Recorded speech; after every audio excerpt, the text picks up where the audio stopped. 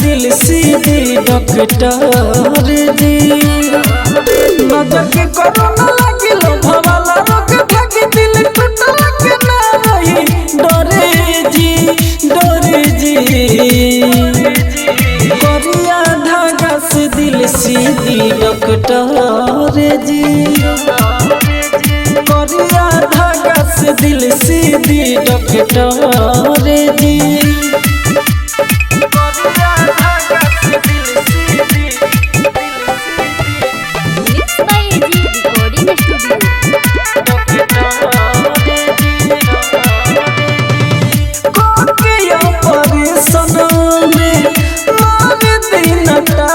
अलग न होई के हमार जे धक्का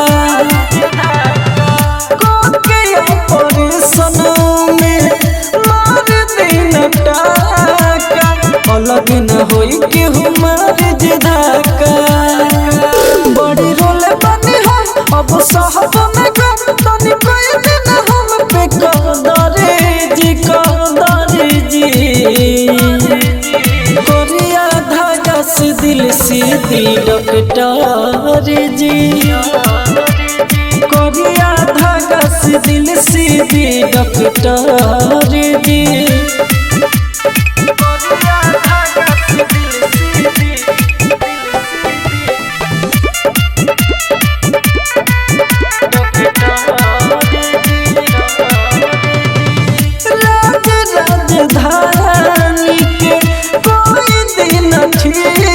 तनी हम जिंदगी के लिख जी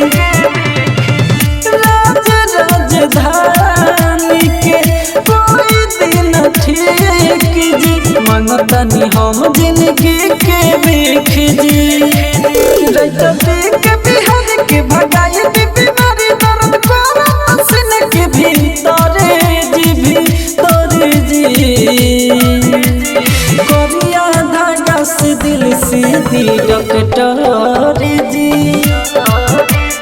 कोरिया धागा से दिल सीधी डॉक्टर जी एजी रिकॉर्डिंग स्टूडियो रोशनपुर सपहा।